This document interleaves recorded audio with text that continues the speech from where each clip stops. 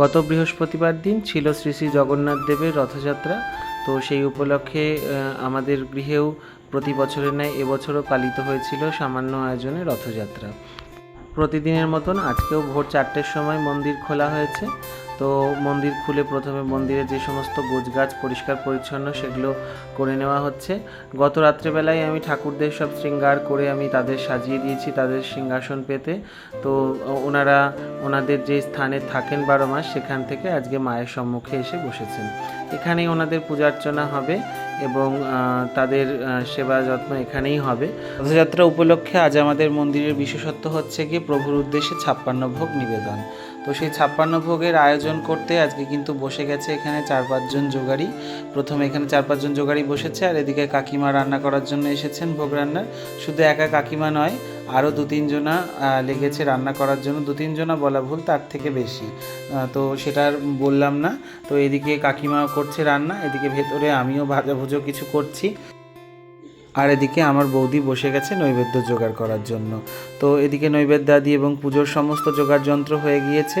যেহেতু আজকে রথযাত্রা, সেই উপলক্ষে প্রভুদের এবং ভগবতীকে আলকার উপরে শৃঙ্গার করানো হয়েছে জুঁয়ের মালা দিয়ে। আর রুমা 3টে সাদা ফুলের মালা গেঁথে এনেছিল, সেটা জগন্নাথ, বলরাম এবং সুভদ্রাকে পরানো হয়েছে। ওদিকে দুর্গা রানীকেও শৃঙ্গার করানো হয়েছে পটচিত্রকে।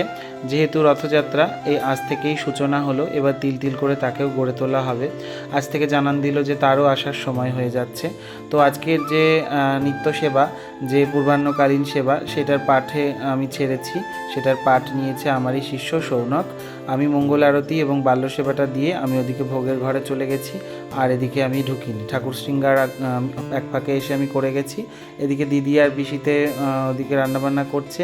এদিকে আমার এক বোন, সেও রান্নার হাত দিয়েছে। আর ওদিকে তো হচ্ছেই।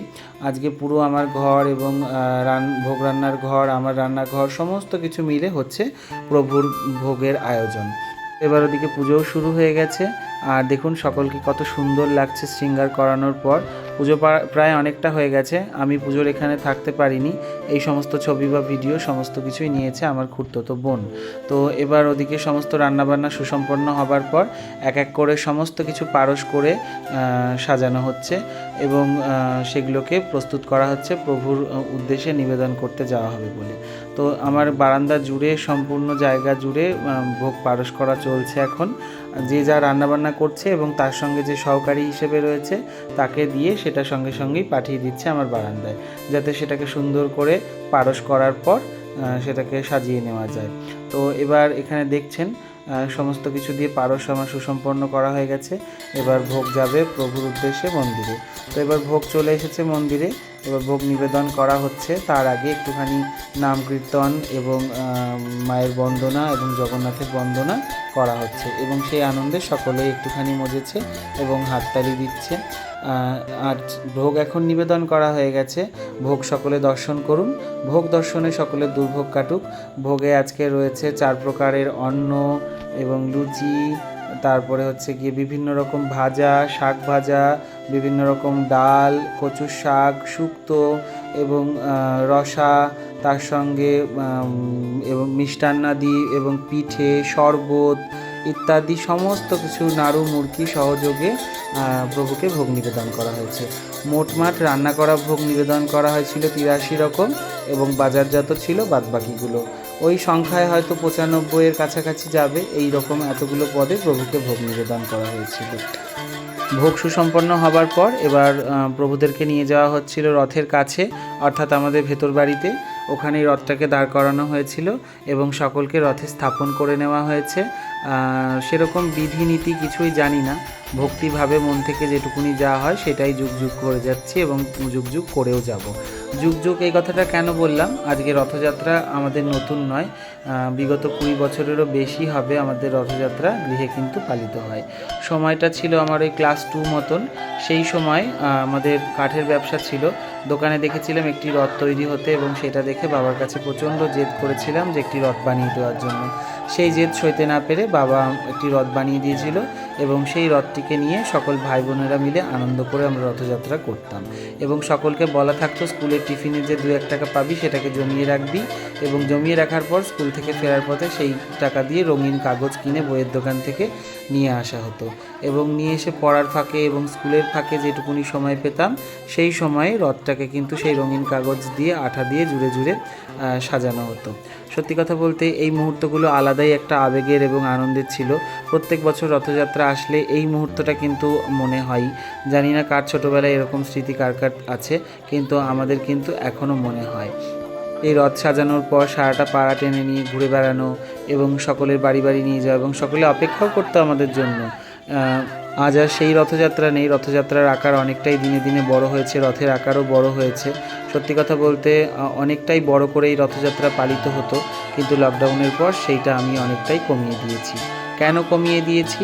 যারা এই দায়িত্বে ছিল তারা এখন কর্মসূত্রে অনেকেই বাইরে রয়েছে এবং নানান জায়গায় আটকা পড়ে রয়েছে, এবং অনেকে হয়তো এখন দূরেও সরে গেছে। এই সমস্ত বিভিন্ন নানান রকম দিক চিন্তা ভাবনা করে আমি আর রথযাত্রাকে বড় আকার নিইনি, ছোট করেই দিয়েছি। এই রথ একদিনকে নগর পরিক্রমা করতো, হরিনাম সংকীর্তন, আনন্দ, নাচ, গান, এবং শয়ে শয়ে ভক্ত প্রসাদ পেত, এবং শয়ে শয়ে ভক্ত এই রথ কিন্তু টেনে নিয়ে নগর পরিক্রমা করত। প্রভুও একটা সময় মাসির বাড়ি যেত, এখন সেটা গৃহেই থাকেন। একটা রথযাত্রা করতে গেলে অনেক মানুষের দরকার সেই রথযাত্রা পরিচালনা করার জন্য। তো এই সমস্ত পরিচালকের অভাব হওয়াতেই আমি গৃহের মধ্যেই সেটাকে সীমাবদ্ধ রেখেছি, এবং গৃহের কিছু সংখ্যক ভক্ত এবং আমার শিষ্যদের নিয়েই আমি এই রথযাত্রা অনুষ্ঠান পালন করলাম। আগে এটা ছিল আমার পাড়া ঘর এবং ভক্ত শিষ্য সকলকে নিয়ে, সেটা এখন এইভাবেই চলছে। যাই হোক, প্রভুর কৃপায় এইভাবেই আনন্দ করে চলছে। এইটুকু চললেই হলো, আমার এর থেকে বেশি আর চাওয়ার কিছু নেই। এবার সমস্ত কিছু হয়ে যাওয়ার পর রথে প্রভুরা ওখানে রয়েছেন, এবার সব ভক্তরা প্রসাদ পেলে তারপরে প্রভু রথ থেকে নামবেন। এখন সবাই বসে গেছে প্রসাদ পেতে। তবে হাজারো রকম ব্যঞ্জনে ভোগ হলে পরেও সমস্ত ব্যঞ্জনকে একসঙ্গে মেখে যে মহাপ্রসাদ প্রস্তুত করা হয় তার স্বাদ কিন্তু কোনোটাতেই পাওয়া যায় না। তাই সবাই এটা আমার হাতেই পছন্দ করে। আমি সেই জন্য বসেছিলাম এই মহাপ্রসাদ তৈরি করার জন্য। আর এক এক করে এখন সকলের পাতে কচু বাটা, কচুর শাক, খিচুড়ি, পোলাও, অন্ন, ডাল, ভাজা এবং রসা ইত্যাদি সব পড়ে যাচ্ছে। আর এই ভিডিওটা কিন্তু আমার এই খুড়তুতো বোনই করেছে। আমি এই সমস্ত বিষয়গুলো দেখতে পারিনি, আমি ওদিকে দেওয়া থোয়া করছিলাম হাতে হাত দিয়ে, সেই কারণে আমি ভিডিওতে অতটা কিন্তু নেই। আর এবার প্রসাদ পাওয়ার পর আবার সকলে বসে গেছে ভোগের বাসন সমস্ত পরিষ্কার পরিচ্ছন্ন করার জন্য এবং মাজা ঘষার জন্য। বনা পিসি, অরুণা, ঝর্ণা, ইলা পিসি এবং সুবিনয় সকলে মিলে বসে গেছে বাসন মাজার জন্য। আমি বলছিলাম আজ করতে হবে না, কিন্তু সবাই বলল না, আজকেই সব করে যাব, কেননা বিপত্তারিণী আছে, তারপরে আবার উল্টোরথও আসবে। পরিষ্কার পরিচ্ছন্ন হয়ে থাকলে একদিক থেকে ভালো। তো এরা এদিকে বসে গেছেন, সমস্ত ভোগ রয়েছে সেগুলোকে সব আজার করার জন্য, কেননা বাসন সব আজকেই মাজা হবে, রেখে দেওয়া কিছুই হবে না। আর এই হচ্ছে করুণা ঠাকমা, ওনার সঙ্গে অনেক দিনেরই আলাপ। উনি আমাকে যথেষ্ট স্নেহ করেন এবং আমাদের বাড়ির সকলে ওনাকে খুবই শ্রদ্ধা করেন। উনি বসে গেছেন এই কাঁসা পেতলের বাসনগুলোকে শুকনো হবার পর একটুখানি মুছে রাখার জন্য, যাতে দাগ না পড়ে। এবার ওই সমস্ত পাট মিটে যাওয়ার পরে মন্দির ধোয়া মোছা করে এবার রথযাত্রার বৈঠকি আড্ডা বসেছে। এখন প্রায় সন্ধে হব, তবে সবাই বসে আনন্দ করছে, এটাও দেখে আমার খুব ভালো লাগছে। কেননা সকলের অক্লান্ত পরিশ্রমে এই আজকে সুন্দর অনুষ্ঠানটি সাফল্যমণ্ডিত হতে পেরেছে। আমি একা কখনোই কিছুই করতে পারতাম না, সবাই সহযোগিতা করেছে এবং মন থেকে করেছে বলেই হয়তো আজকে হয়েছে। আর সর্বোপরি প্রভুর ইচ্ছা এবং ভগবতীর ইচ্ছাতেই কিন্তু এটা সুসম্পন্ন হয়েছে। আমার চাওয়া পাওয়ার আর কিছুই নেই, সকলকে নিয়ে যেন এইভাবে এক সুতোয় বাঁধা থেকে তার সেবা করতে পারি। আজকের ভিডিও এটুকুই, দেখা হচ্ছে পরে।